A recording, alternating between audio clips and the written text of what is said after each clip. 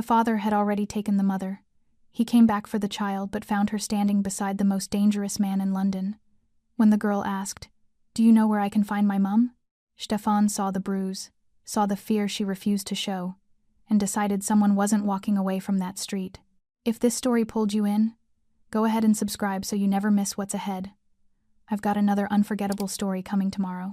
And while you're here, drop a comment and tell me where you're watching from. I love seeing people tuned in from all over the world. Okay, let's get back into it. London's evening rain did not fall so much as descend patient, purposeful, pressing down on the city like a hand that had decided to stay. On the wide stone pavement outside Vantage, warm amber light bled through the restaurant's glass facade and dissolved into the wet dark. The kind of light that promised warmth to people who already had it. The kind of place where men spoke quietly about things that left no paper trail, where the staff learned quickly that some tables were never to be disturbed, and where the owner had not once needed to raise his voice to be understood. Stefan Paul stood at the entrance. Black suit, no tie, a gold watch catching the light at his wrist, the only thing about him that gleamed. The tattoos ran up the side of his neck and across both hands, dark, deliberate ink that did not decorate so much as declare. He was broad-shouldered, clean-jawed, with the kind of stillness that didn't come from calm, but from complete control. His dark hair was swept back. His eyes moved without appearing to move. Men like him never seemed to look at anything directly, and missed nothing. He was not waiting for anything in particular. He was simply standing in the way that powerful men stand, as though the space around them belongs to them too. He was about to go inside when something made him stop. Not a sound, not a movement.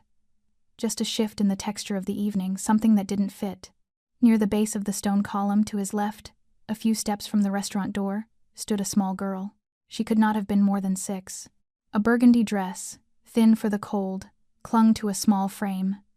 Over it, a gray cardigan, the kind a careful mother buttons at the collar before stepping outside. Her sneakers were soaked through, canvas darkened at the toes, the laces limp with rain. Blonde curls, damp and loosely tangled, fell forward across her forehead, and she did not push them back. Her white socks had gone gray at the ankle from the wet pavement. In both arms, pressed against her chest, the way another child might hold a shield, was a stuffed rabbit, worn smooth at the ears, its stitching frayed at the seams, its fur gone thin, at the places touched most, which told you everything about how long she had carried it, and how hard. She was not crying. She was not asking anyone for anything. She was scanning the street, slowly, carefully. Her blue eyes moved from one end of the pavement to the other, tracking each passing figure, assessing and dismissing,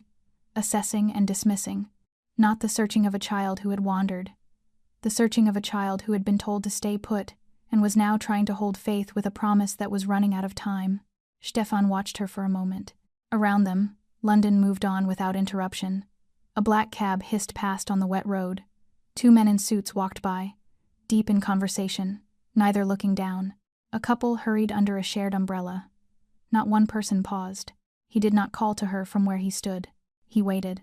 And then she turned, and she saw him. She looked at him the way children sometimes look at large unfamiliar dogs, not with fear exactly, but with a careful, considered assessment, deciding. Her eyes moved across his face, down to the tattoos on his hands, back up to his eyes. Whatever she was weighing, she reached her answer. She walked toward him, unhurried, the rabbit held tight. She stopped close enough to speak without raising her voice, tipped her face up, and met his eyes with a directness that belonged to someone much older. "Do you know where I can find my mum?" Not a cry, not a tremor, just a question asked with the composed, terrible patience of a child who had already asked it of the street, of the passing strangers, of the rain itself, and had decided to try once more. Stefan said nothing. Not because the question surprised him, though it did, but because something in it had altered the quality of the silence around them, and he was reading it, the way he read everything. She did not flinch at his silence. She only pulled the rabbit a fraction closer. "She said she'd be right back," Mirabelle continued, her voice even, factual. "She just went to get something. She said it would only take a minute." Stefan crouched down, not slowly, not cautiously, just down, bringing himself level with her, the way you do when the person speaking to you deserves to be met where they are. His forearms rested on his knees. The tattoos across his knuckles caught the amber light from the restaurant window behind him. "How long ago?" he asked. She considered this seriously. "Long," she said. "Longer than a minute." What's your name? Mirabel. Mirabel, he said at once, to fix it. And your mum? What does she look like? Brown hair. She has a blue bag. She always holds my hand when we walk. A small pause. She doesn't let go. He looked at the street. Both directions. The rain continued without opinion. No woman with a blue bag. No figure hurrying back with an apology forming on her lips. No taxi pulling up. Only the wet stone, and the indifferent city, and this child standing in it. Only beginning to understand that something was wrong. He looked back at Mirabel. She was still watching him. Still composed. But her grip on the rabbit had tightened, the small knuckles pale, and her eyes had taken on a quality he recognized, not panic, but the very edge of it, held back by the last of a child's hope that an adult would have an answer. He did not offer her false comfort. He did not tell her everything was fine. He simply said, "Stay with me." And something in those 3 words, the flatness of them, the certainty seemed to reach her in a way that a softer reassurance would not have. She gave a single, small nod, shifted the rabbit in her arms, and stood beside him. Stefan straightened, reached into his jacket, pulled out his phone. He was already scanning the pavement, already calculating, already beginning the quiet machinery of a man who solved problems when the sound reached them. Heavy footsteps on wet stone, fast, purposeful, coming from the side street to the left. Mirabel heard them too. He felt it before he saw it the way she went still. Not the stillness of curiosity, the stillness of recognition. The kind a child develops when a particular set of footsteps has meant something bad for long enough that the body learns to brace before the mind catches up. Stefan turned. A man was approaching from the alley mouth, breathing hard, eyes sharp and scanning until they landed on Mirabel, and stopped. "There you are," the man said. Mirabel did not move toward him. She did not speak. She only pressed, almost imperceptibly, one small step closer to Stefan's side. The man who walked out of that alley did not look like a father coming to collect his child. He looked like a man collecting something he had misplaced and was irritated to have had to search for. He was broad, heavy-set, dressed in a dark jacket over a gray shirt, the collar open. His hair was cut close at the sides, longer on top, and the rain had flattened it against his forehead. He was not old, perhaps mid-30s, but something in the way he carried himself added years. A hardness around the jaw. Eyes that moved fast and settled slow. The kind of face that had decided a long time ago that the world owed it something and had been collecting interest ever since. He stopped a few feet away. His eyes went to Mirabel first, then to Stefan, then back to Mirabel, with the particular look of a man recalibrating not because he was uncertain, but because the scene was not arranged the way he had expected it to be. "That's my daughter," he said. Not to Mirabel, to Stefan, as if Mirabel were a fact to be confirmed rather than a person to be addressed. Stefan did not respond immediately. He did what he always did when a man revealed himself in the first sentence he spoke. He listened to what was underneath it. The tone, the framing. "That's my daughter. Not there she is. Not thank God. Not even her name." Ownership stated as argument. As though the word mine was a credential that settled everything.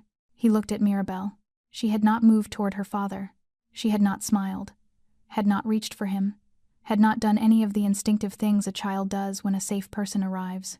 She stood exactly where she had been standing, one step to Stefan's left, and her eyes were fixed on a point somewhere near the wet pavement between them. The rabbit held flat against her chest like she was trying to make herself smaller. That told him everything. She was alone, Stefan said.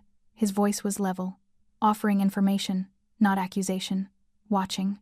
She was waiting, the man said, clipping the words. "I was close. Come on." He said this last part at Mirabel, stepping forward, extending his hand, not open, not inviting. Extended the way you extend a hand toward something that belongs to you. Mirabel did not take it. She looked up at Stefan instead. Just for a moment. Just a flicker. But it was enough the way a child looks at the one adult in a room they have decided is safe, before they have to face the one they are afraid of. The father's jaw tightened. He stepped forward and closed his hand around her upper arm. "Let's go," he said, quieter now, which was somehow worse. The lowering of a voice in public, when what it wants to do is shout. Mirabel's feet dragged. Not dramatically, not a tantrum, not a performance, just the quiet physical resistance of a small body that did not want to go where it was being pulled. "You're hurting me," she said. 3 words, stated plainly, as if she had said them before, and knew that saying them did not always help, but said them anyway. The father did not loosen his grip. What happened next was fast. He pulled her forward. She stumbled slightly on the wet stone. He reached down with his free hand and struck her across the cheek. Not hard enough to knock her down, controlled enough to be called discipline by anyone who wanted to call it that, but hard enough that the sound of it cut through the ambient noise of the street, sharp and flat, like something snapping. Mirabel did not cry out. She pressed her lips together and clutched the rabbit. That silence was worse than any cry would have been. Stefan stood up. He had been crouching. Now he stood fully, unhurriedly, and when he reached his full height, the geometry of the pavement changed. He was not a small man. He did not need to raise his voice, or shift his expression, or make any signal of threat at all. He simply stood, and the weight of what he was filled, the space between them. "Let go of her," he said. Low, final, the kind of voice that has never needed to repeat itself. The father released Mirabel's arm. Not from compliance, from instinct. The same instinct that makes a man step back from the edge of something before his mind has finished deciding whether to. He recovered quickly. Straightened. Let contempt replace the flash of uncertainty. "This is a family matter," he said. "You have no business here." "She's a child who was left alone in the rain," Stefan said. "And you just hit her on a public street. That makes it my business. She's mine. She's not property." The words landed without heat. That was what made them land. Around them, the street had slowed. A woman near the restaurant entrance had stopped walking. 2 men outside the bar opposite were watching. The small, inevitable audience of a city that pretends not to notice and always does. The father felt it. His eyes moved across the gathering faces, calculating, reassessing. His hands flexed at his sides. "You'll regret this," he said to Stefan, quietly. The way men say things they mean. Then he looked at Mirabel, one long look, something in it that was not love but wanted to pass for it, and turned and walked back toward the alley. Not running, walking, controlled enough to seem like a choice. Stefan watched until he was gone. Then he crouched back down. Mirabel was looking at the pavement. Her cheek had reddened where the hand had met it. She had not cried. She was not going to cry. That, too, told him something about how long she had been learning not to. "Are you hurt?" he asked. She shook her head. A small, practiced shake. Then she looked up at him and asked, for the second time, in the same composed and heartbreaking voice, "Why hasn't Mum come back?" Stefan looked at the alley mouth where the man had disappeared. The street was empty now. Quiet, rain falling on stone. And for the first time since she had asked him her question in the rain, something cold moved through him that had nothing to do with the weather. Ruth Wilson had not wandered off. She had not been delayed. Something had happened to her, and the man who had just walked away knew exactly what it was. Stefan did not take Mirabel inside immediately. He stood for a moment on the wet pavement, eyes on the alley mouth, running the calculation that men in his position ran automatically: threat level, variables, what the next 60 seconds required. The father had retreated. The street had returned to its indifferent rhythm. Rain fell without pause. He looked down at Mirabel. She was still watching the spot where her father had disappeared, her expression unreadable, in the way children's expressions become unreadable when they have learned that showing too much costs something. The redness on her cheek had deepened slightly. She had not raised her hand to touch it. "Come inside," Stefan said. Not a question, not a request dressed up as one. Just a direction, stated plainly, in the same voice he used for everything, and somehow that plainness was what made her nod and follow. Vantage was warm in the way only places with real money behind them are warm, not just heated, but insulated from the world. Dark wood paneling, low lighting, tables set with white linen and candles that had been burning long enough to know their purpose. The dinner service was underway, and the room carried the low, careful murmur of people eating well. Every head turned slightly when Stefan walked in. Not obviously, not rudely, but turned. He did not acknowledge it. He guided Mirabel to a small booth near the window glass on one side, wall on the other, a clear view of the street, and gestured for her to sit. She climbed up onto the seat and set the rabbit on the table in front of her, straightening its ears with both hands. A small, precise act of order in an evening that had none. A member of staff appeared without being called. "Water," Stefan said. "And something warm. Whatever you have." He sat across from her. For a moment neither of them spoke. Mirabel looked out at the street through the rain-blurred glass, still searching, still running that slow, patient scan across every figure that passed. He watched her do it. Watched the hope compress a little further each time a figure passed that was not her mother. "What time did she leave you?" he asked. Mirabel thought about it carefully. "Before it got dark. She said the taxi was coming, and she needed to get something from the shop. Just one thing." "Which shop?" "I don't know. She said stay near the door. She said she'd see me from the street." "What door?" She pointed. "Through the glass, down the pavement, perhaps 40 meters, the recessed entrance of a small newsagent, its light still on, its doorway just deep enough to shelter a child from the rain." Stefan looked at it, then at the alley beside it. Something settled in him that was not quite certainty, but was close enough to act on. He pulled out his phone and made a call. One word when it connected a name, and then, "Pull the street footage. 40 meters south of Vantage. From 30 minutes ago. Now." He set the phone face down on the table. Mirabel was watching him. "Are you going to find her?" she asked. "I'm going to look," he said. She seemed to weigh the honesty of that against the comfort of a promise, and decide perhaps because she had been given promises before that didn't hold that honesty was better. She nodded. The warm drink arrived. Hot chocolate. As it turned out, the staff had made a quiet, correct decision. Mirabel wrapped both hands around the cup. The rabbit sat propped against the wall beside her, its worn face level with the table, present and accounted for. "His name is Rabbit," she said, following Stefan's glance. "Good name," he said. She almost smiled. Almost. "Mum gave him to me when I was 2. She said I named him myself." A pause. "She says I was very serious about it." "Sounds right," Stefan said. This time the almost smile made it a fraction further. Then it faded. "He was waiting for us," she said quietly. Stefan went still. "Who was?" "My dad." She said the word with a particular flatness. Not hatred, not grief, just a word that had lost the warmth it was supposed to carry.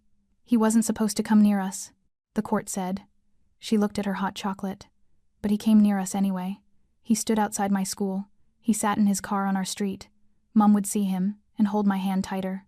"Did he say anything to you? At school?" He waved. She said it as though the wave had been the most frightening part. Like it was normal. Stefan's phone buzzed. He looked at the screen. A message from his head of security. 4 words and an attachment. "You need to see this."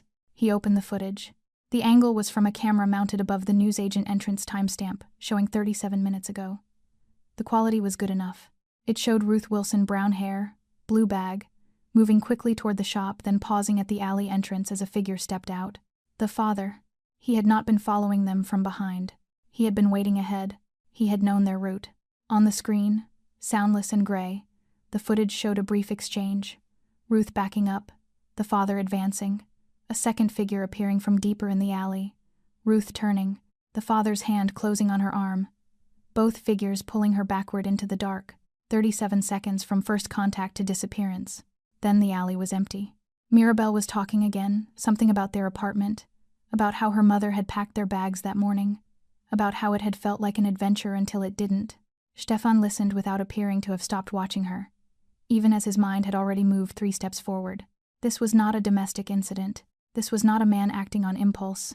This was planned, coordinated, executed with the kind of timing that required either surveillance or inside information. Ruth Wilson had been taken, and her daughter was sitting across from him drinking hot chocolate, still believing her mother had gone to get one thing and would be right back. He looked up from his phone.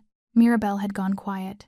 She was watching him again, those old, careful eyes reading his face the way children read faces when adults are the only book they have. "She's not coming back by herself, is she?" she said. Not a question that wanted false comfort. A question that already knew. Stefan held her gaze. "No," he said, "but I'm going to bring her back." Mirabel looked at him for a long moment. Then she picked up Rabbit, settled him in her lap, and said, "You should probably hurry." The booth had become its own small world. Outside, London moved through its evening, without knowing or caring what was unfolding inside a warm restaurant on a rain-wet street. Inside, Mirabel sat with Rabbit in her lap, and her hot chocolate half finished, watching Stefan the way she had been watching the street earlier, patient, steady, alert to any change in what she was reading. He had made 2 more calls since she'd told him to hurry.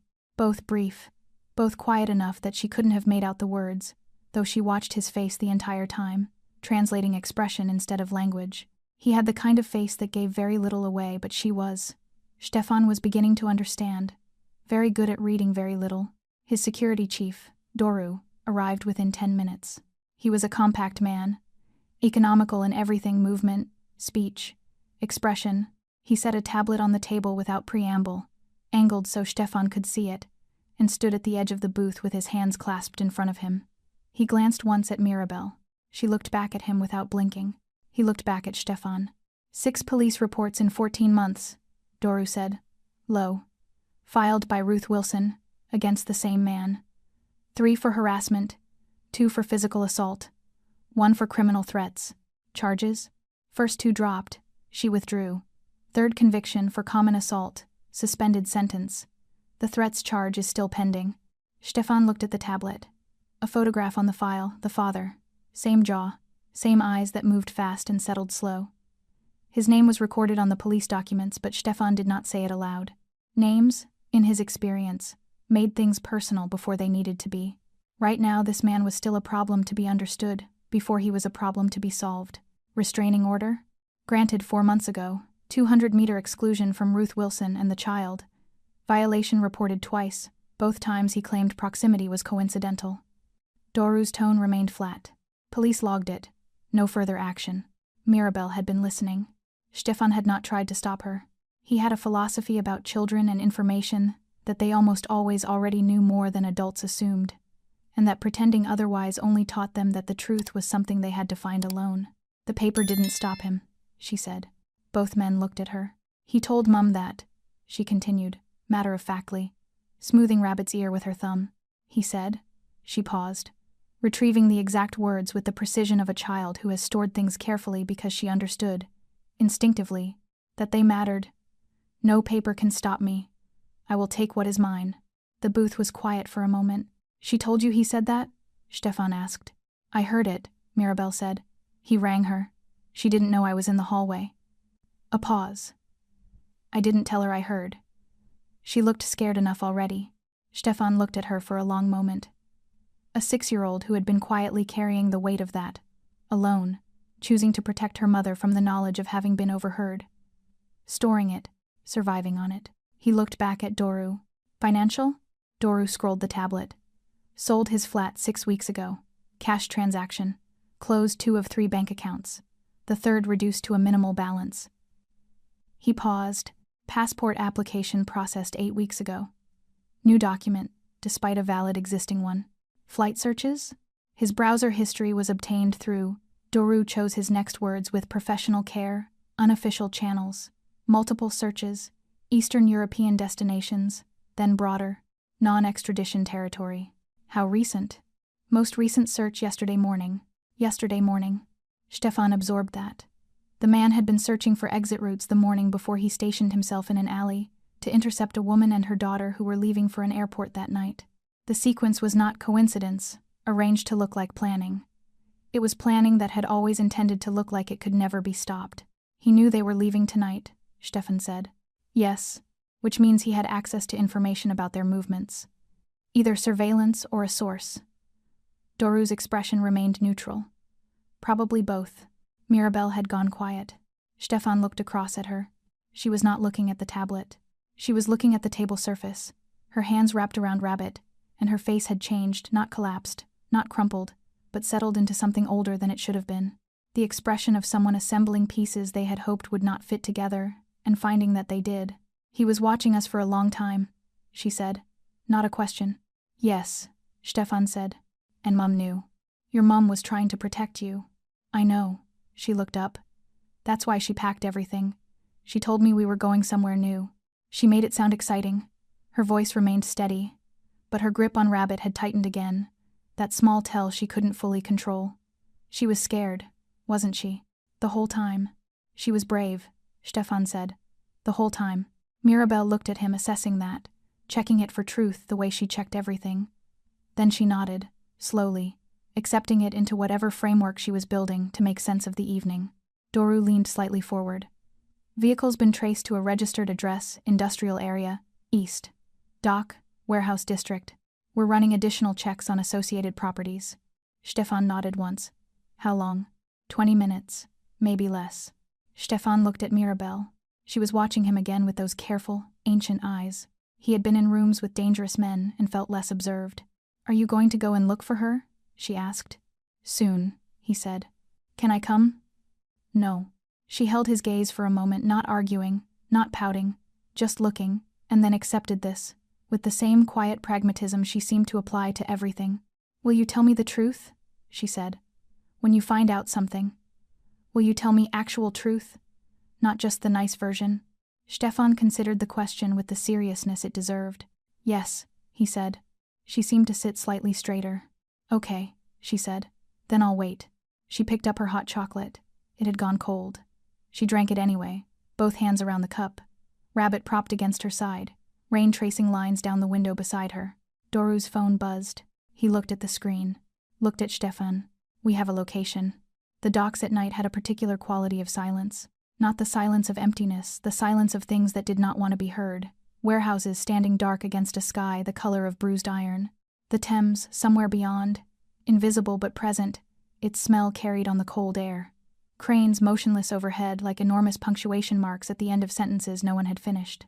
Stefan's car moved without headlights for the final 200 meters. There were 3 vehicles in total, his and 2 others carrying men who understood that tonight required stillness over speed, patience over force.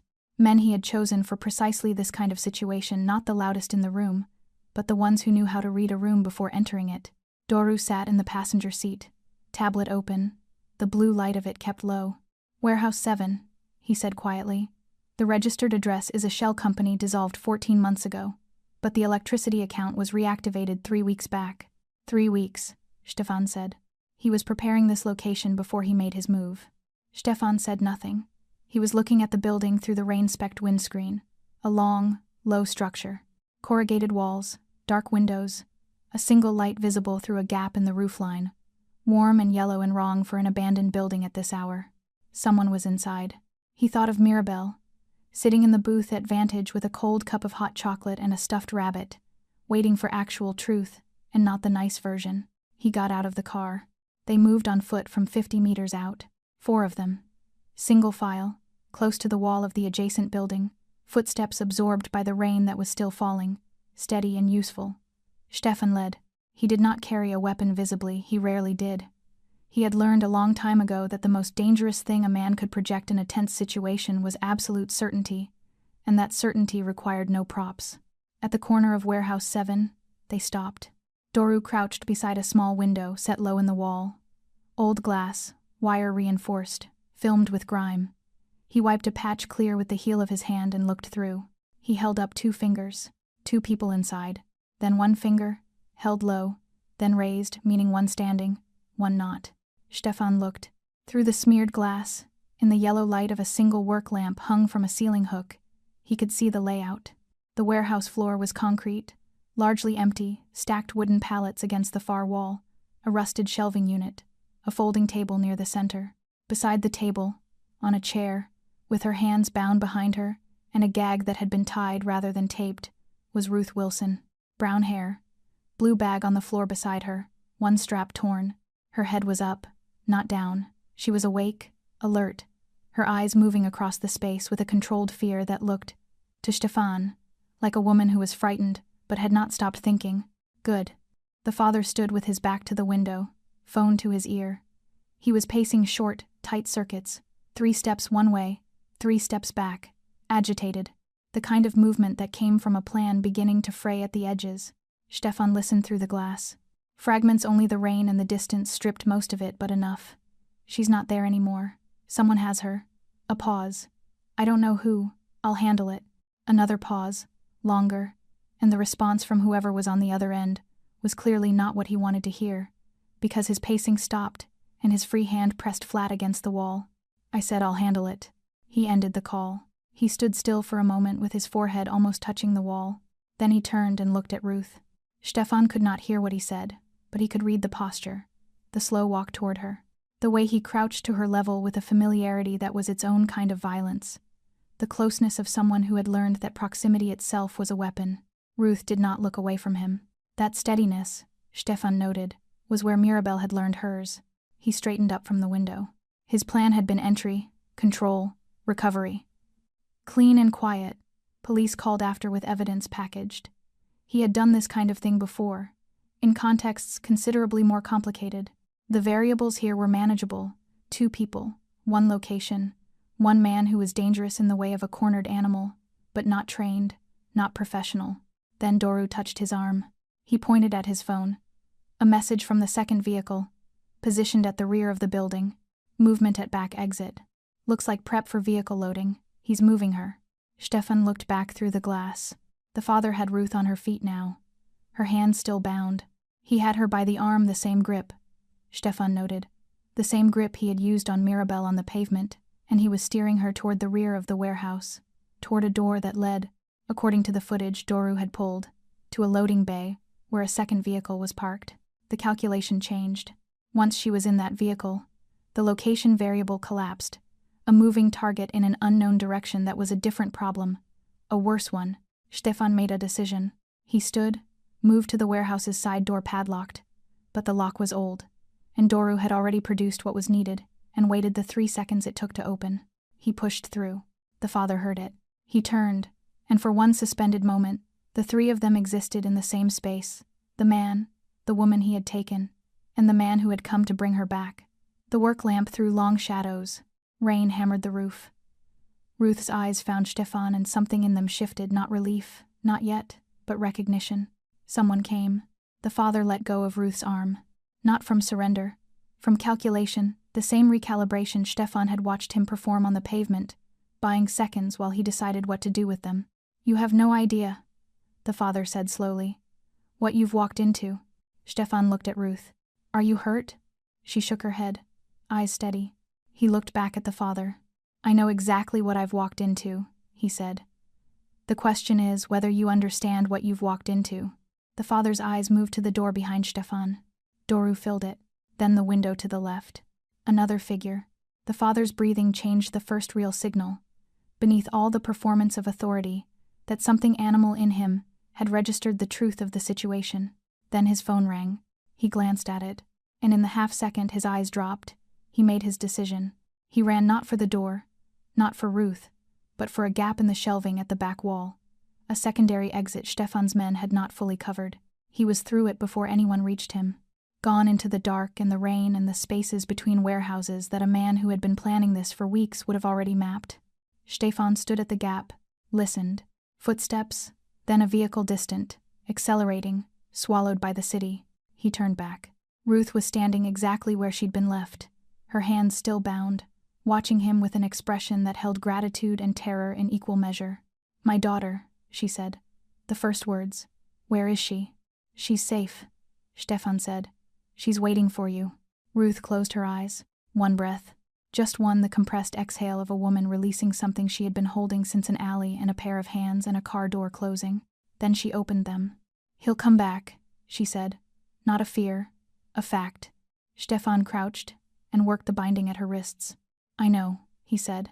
"Let him." They drove back through the city in silence. Ruth sat in the rear seat, her torn bag in her lap, her hands wrapped around each other the way they had been wrapped when bound, as though the body remembered the constraint, even after it was gone. Doru had found a blanket in the boot and placed it around her shoulders without comment.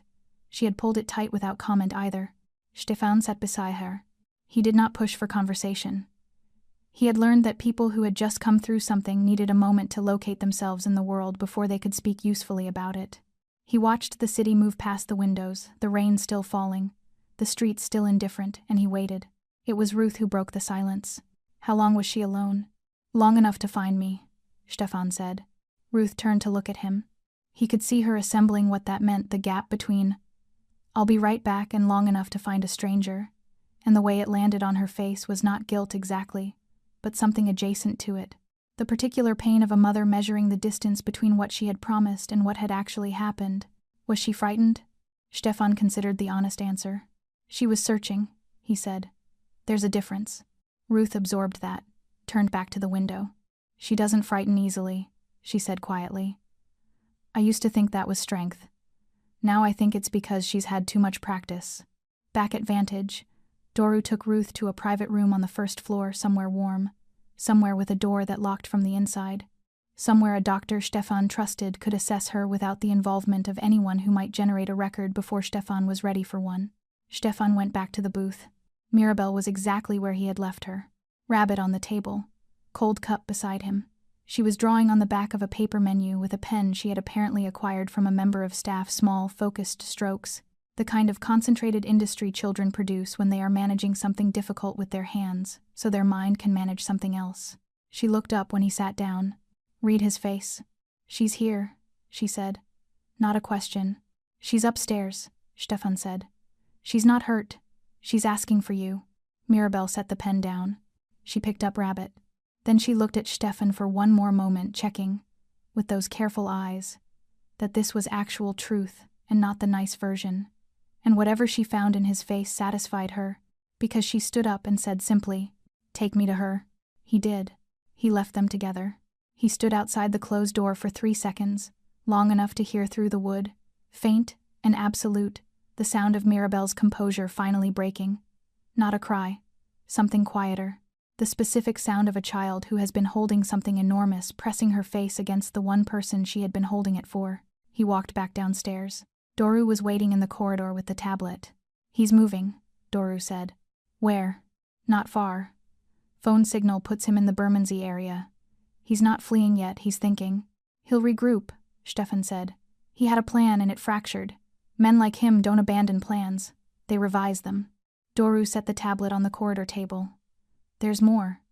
Since you left, we went deeper." Stefan looked at the screen.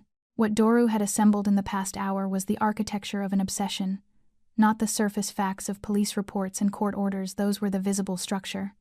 Beneath them was something more revealing. The internal logic of a man who had spent 14 months constructing a version of reality in which he was the wronged party, and everyone who stood between him and what he wanted was an obstacle to be removed. The police complaints filed against him, 6 of them he had counterfiled on every single one. The restraining order he had publicly characterized, in documented communications to mutual acquaintances, as fabricated, a weaponized legal instrument, evidence of a conspiracy against him. He had told people Ruth had stolen his daughter. He had told people the court had been manipulated.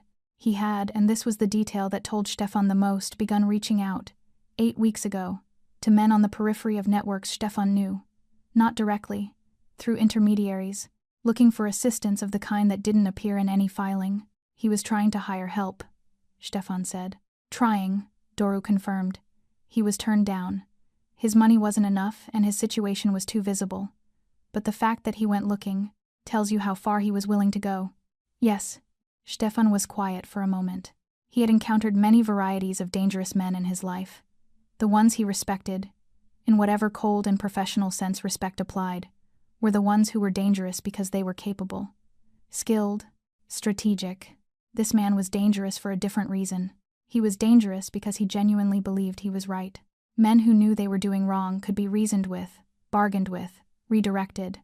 Men who believed their violence was justified, who had built an entire internal architecture to support that belief, who surrounded themselves with the evidence they had selected and discarded the rest. Those men did not stop.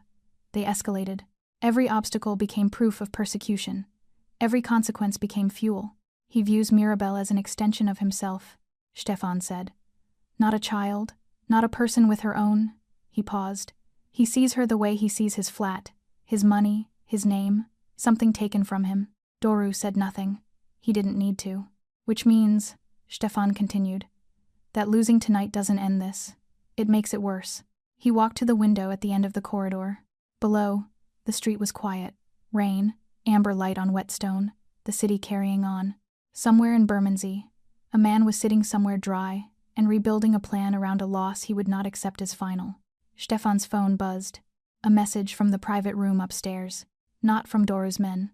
From the staff member he had positioned outside the door. "Child is asking for you." He looked at the message for a moment. Then he went back upstairs. He knocked once. Mirabel opened the door. Her eyes were red at the edges, the only evidence of what had happened in this room that she would likely have allowed herself. Rabbit was under one arm. Behind her, Ruth sat on the small sofa with the blanket still around her shoulders, pale and watchful. "I drew something," Mirabel said. She held up the paper from the menu downstairs. He took it. A drawing and pen, 2 figures, small and large, holding hands. Beside them, Slightly apart, a third figure. Taller, dark lines on the neck and hands. The two figures on the left were labeled in careful, large letters. Me, Mum. The third figure had no label. Mirabelle looked up at him. I left a space, she said. Because I didn't know your name. Stefan looked at the drawing, at the space she had left. Stefan, he said. She took the drawing back, very seriously, and wrote it in. Behind her, Ruth watched. In the corridor, Doru's phone buzzed. He appeared at the doorway, one look at Stefan enough. The father's signal had moved. He was heading back toward the city center. He was heading back toward them. Stefan closed the door to the private room gently behind him. He stood in the corridor for a moment, the drawing still forming in his mind. Those two figures and the space beside them. The careful letters of his name filled in by a 6-year-old who had decided, with characteristic seriousness, that he belonged in the picture. He set it aside. There was work to do. Doru was already at the end of the corridor, tablet up, the blue light of it casting thin shadows across his face. Two of Stefan's men stood behind him, Radu and Philip, both quiet, both reliable, both understanding, without being told that this situation had changed categories. It was no longer a recovery. It was a containment. He stopped moving, Doru said, when Stefan reached him. Signal static. Borough Market area. He's parked or he's inside somewhere. He's thinking, Stefan said. Or he's making calls. Both, probably. Stefan looked at the map on the tablet. Borough Market to Vantage was 12 minutes without traffic. Less, at this hour, on wet roads with a man who had nothing left to be careful about. He'll come here, Stefan said. Doru looked at him. You're certain? He doesn't know what else I know. He thinks I'm a stranger who intervened on the street. He thinks Ruth is here because there was nowhere else to bring her after the warehouse. Stefan handed the tablet back. He still believes this is recoverable. That if he can get to Mirabelle, he controls the situation. He's wrong. Yes, Stefan said. But I want him to stay wrong until I decide otherwise.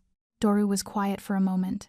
The particular quiet of a man who had worked alongside Stefan long enough to know when a plan was forming and when to let it form without interruption. You want to bring him in? Doru said. On your terms. I want him on record, Stefan said. Everything. The warehouse. Tonight.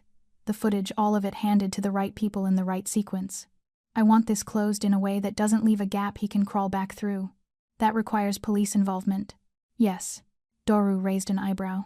For Stefan Paul, that word police was typically something managed from a significant distance, handled through intermediaries, kept as far from his direct operations as geography allowed. That he was now actively proposing their involvement said more about the seriousness of his intent than anything else could have. I'll make the call, Doru said. Not yet. Stefan looked at the map again. Let him come to us first. Let him make the move in a location we control, in front of witnesses, on camera. Then we hand it all over. No gaps. He looked down the corridor toward the closed door of the private room. She needs this finished, he said. Simply. Not managed. Finished. The next 40 minutes moved with the particular tension of controlled waiting.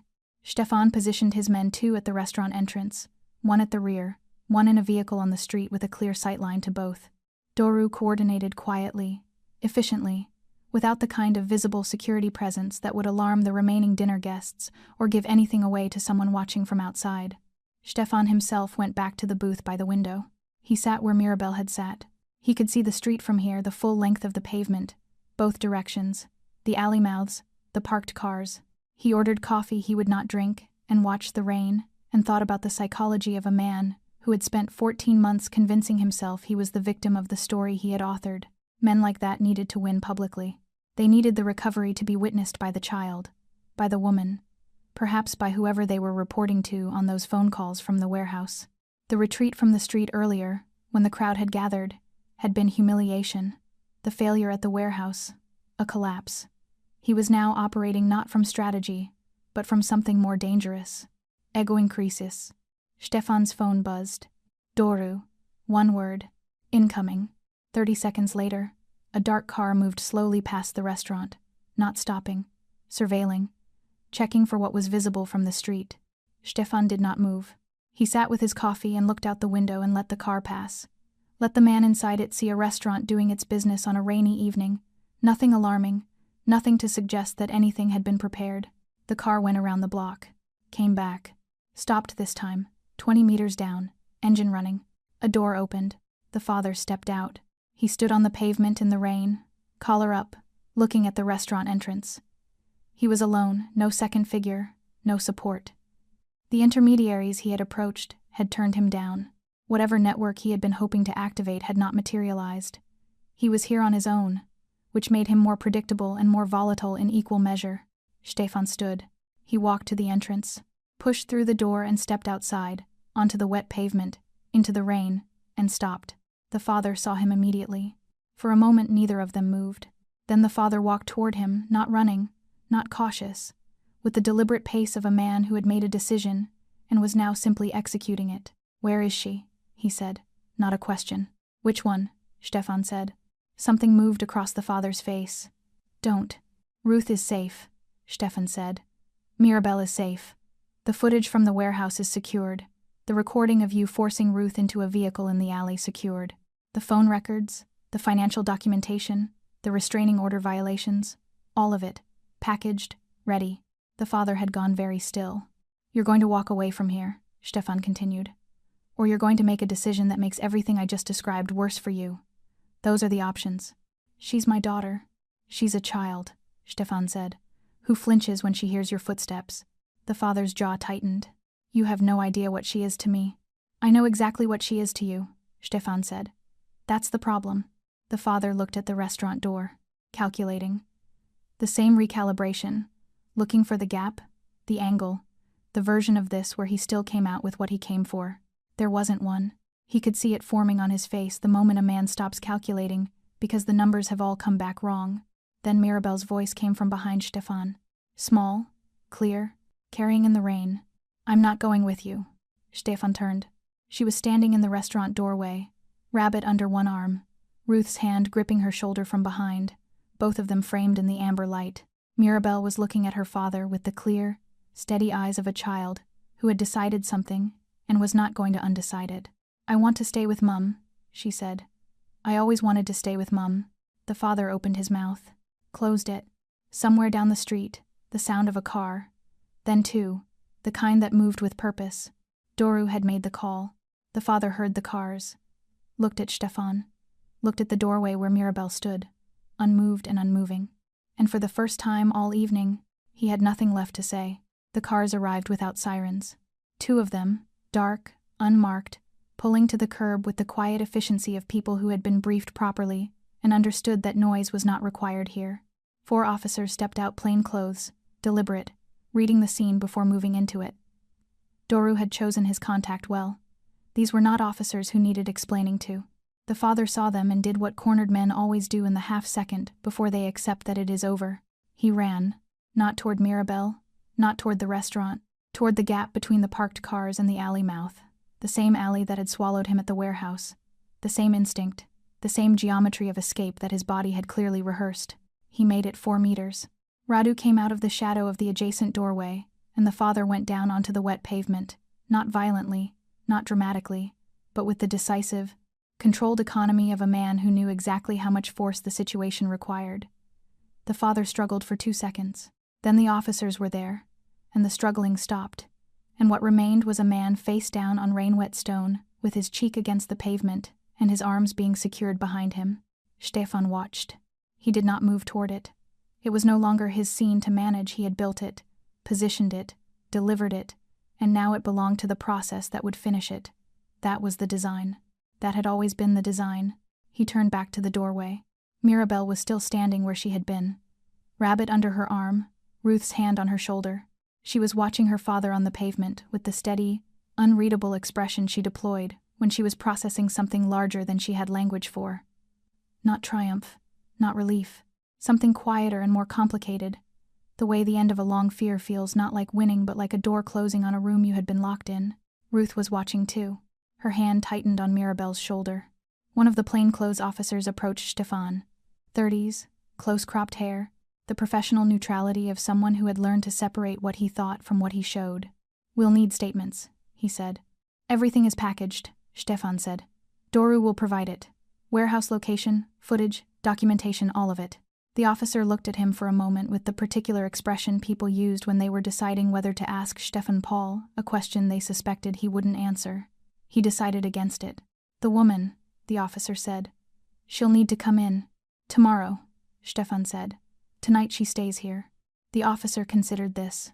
Tomorrow, he agreed. They took the father away without ceremony. No shouting, no last words. He looked back once. From the car door, not at Stefan, not at Ruth, but at Mirabel. A long look, the last move of a man who had lost every other one, trying to find in his daughter's face something that would rewrite the evening. Some flicker of need, some evidence that she wanted him. Mirabel looked back. She did not step forward, did not reach, did not give him what he was looking for. She simply stood in the amber light with her rabbit and waited until the car door closed and the car moved and the street was ordinary again. Then she turned and looked up at Ruth. Is it over? She asked. Ruth crouched down to her level, the same posture Stefan had taken on the pavement hours earlier, the same deliberate act of meeting someone where they were. For tonight, Ruth said honestly. And then properly, after. Mirabel considered this with her characteristic seriousness. Okay, she said. I can do after. Ruth pulled her close, held her not gently, not carefully, but with the full force of a mother who had spent the last several hours calculating the probability that this moment would not happen and was now making up for every one of those calculations at once. Mirabel let herself be held. Her arms came up around Ruth's neck. Rabbit dangled from one hand. Her eyes closed. Stefan stood on the pavement in the rain and looked at nothing in particular. He had built his life around the management of outcomes, plans, positions, leverage, sequence. He was comfortable with complexity and unmoved by most things that moved other people. He had stood in rooms where the stakes were considerably higher, by any measurable calculation, than what had just unfolded on this street. He could not have explained, precisely, why this felt like more. Inside, Doru handled the documentation transfer with the officers, while Stefan sat with Ruth and Mirabel in the private room upstairs. A meal had been arranged, quiet, warm, practical. Mirabel ate with the focused seriousness of someone who had not eaten since before the evening became what it became. Ruth ate less. She sat with her hands around a cup of tea, and her eyes moving occasionally to the window, checking the street below with the habit of a woman who had been checking streets for 14 months and had not yet been given permission by her own nervous system to stop. Will they hold him? She asked. Kidnapping charge, restraining order violations, assault witnessed on a public street with CCTV confirmation, Stefan said. Passport flagged. He won't be going anywhere. He has connections. So do I, Stefan said. Ruth looked at him. A long, level look. She was not naive, she understood. Stefan suspected. Something of who he was and what the word connections meant coming from him. She had, after all, sought shelter in his restaurant and accepted his help, and was now sitting in his private room eating food his kitchen had prepared. She had made her assessments. I don't know how to, she started.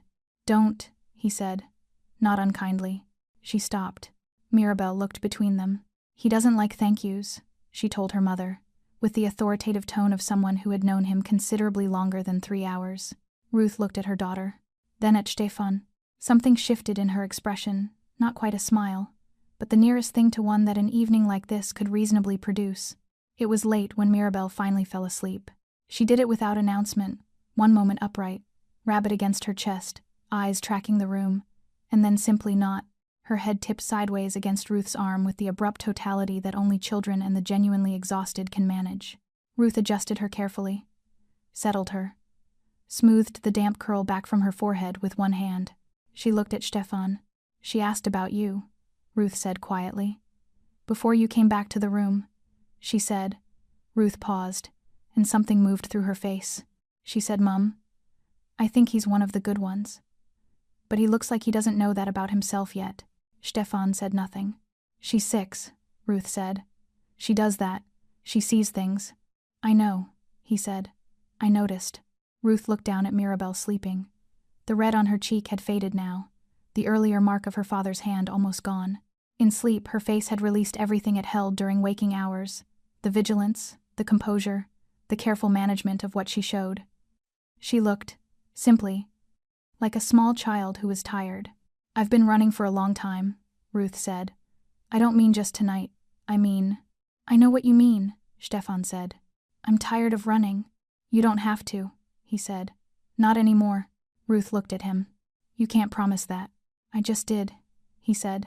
Outside, The rain was finally slowing, the first suggestion, in several hours, that it intended to stop. The street below was quiet. The amber light from Vantage's facade still reached the wet pavement, still dissolved into the dark at the edges, still offering its warmth to a city that mostly didn't notice it was there. Doru appeared in the doorway, looked at Stefan, gave a small nod. Everything secured, documentation transferred, officers satisfied, the machine of consequence now running on its own momentum, requiring nothing more from tonight. Stefan stood. He looked at Mirabel one more time. She had one hand curled under her cheek, and the other still holding Rabbit even in sleep, the grip loose now but present, still there, still holding on. He walked to the door. "Stefan," Ruth said. He stopped, turned.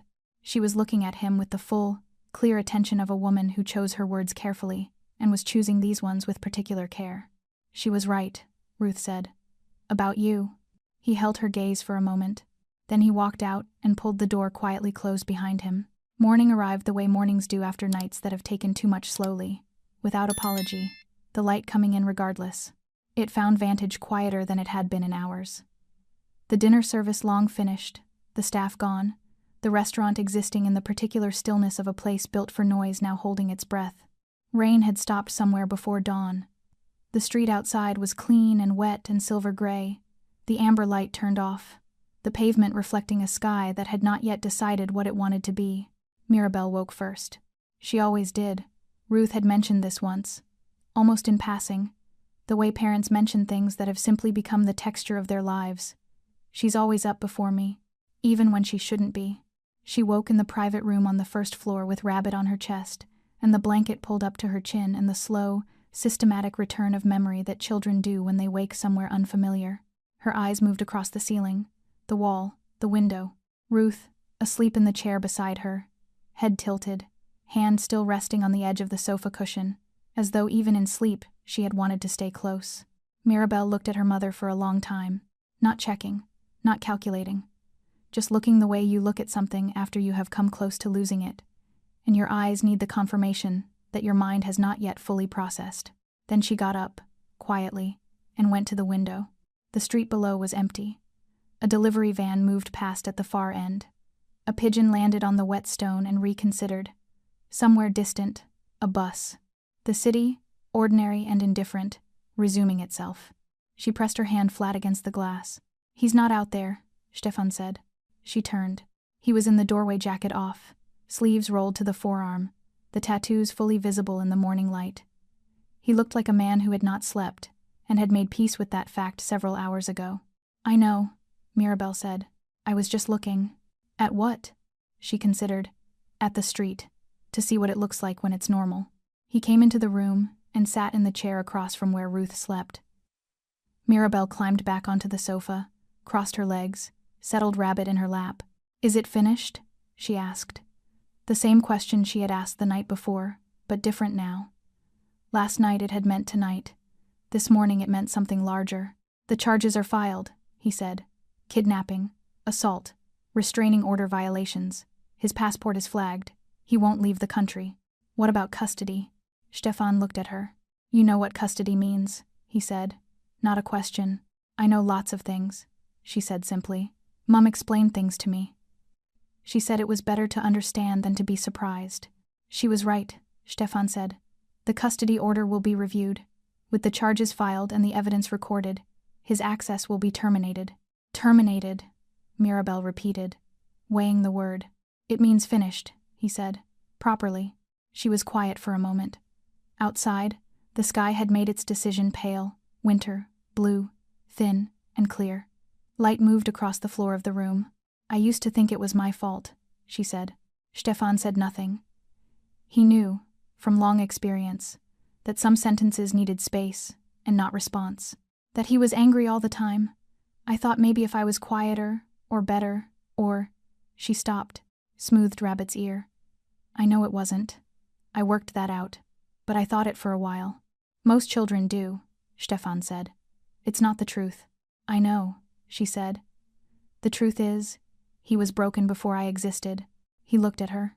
"Yes," he said. "That's exactly what it is." She nodded, once, with the particular finality of someone closing a drawer. Behind them, Ruth stirred. The small sounds of waking a breath, a shift, the hand on the sofa cushion pressing down as she oriented herself. Then stillness, the kind that meant she was awake and listening before she opened her eyes. Then she opened them. She found Mirabel first. Something happened in Ruth's face, not dramatic, not the collapse of relief, just a deep, cellular settling. The expression of a woman whose most essential question had been answered before she had finished asking it. "Morning," Mirabel said. "Morning," Ruth said, her voice still thick with sleep and everything before sleep. Mirabel got up from the sofa and crossed the room and climbed into the chair beside her mother, fitting herself into the space between Ruth's arm and the chair back, with the practiced precision of a child who had done this 10,000 times. Ruth wrapped her arm around her, pulled her in. They sat like that, Ruth's chin resting on Mirabel's hair, Mirabel's head against Ruth's shoulder, Rabbit held loosely in her lap, in the thin winter light of a morning that had arrived without asking whether they were ready for it. Stefan watched them. He was not a man who experienced sentimentality, or if he did, he had spent enough years burying it that he had lost reliable access to the feeling. But something in the composition of the room, the two of them in the chair, the light on the floor, the quiet street outside settled in him in a way that had no useful name. He thought about what Ruth had said the night before. She was right. About you. He thought about the drawing, the two figures, the space beside them. His name filled in with careful, large letters, by a child who had decided he belonged in the picture before she had any particular reason to. He stood. "I'll have breakfast arranged," he said. Ruth looked up at him.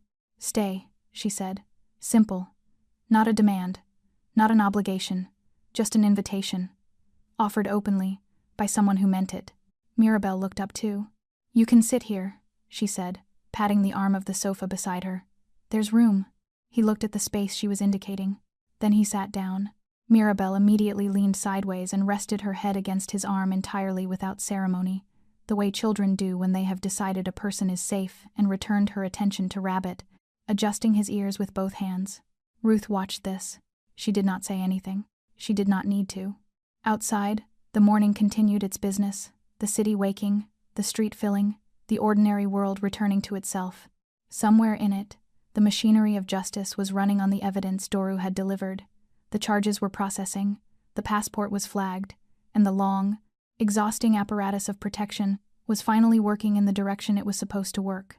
Inside, in a private room above a restaurant on a rain-cleaned London street, a woman and her daughter and a man who had not expected any of this sat in the thin winter light, not talking, not needing to, just present.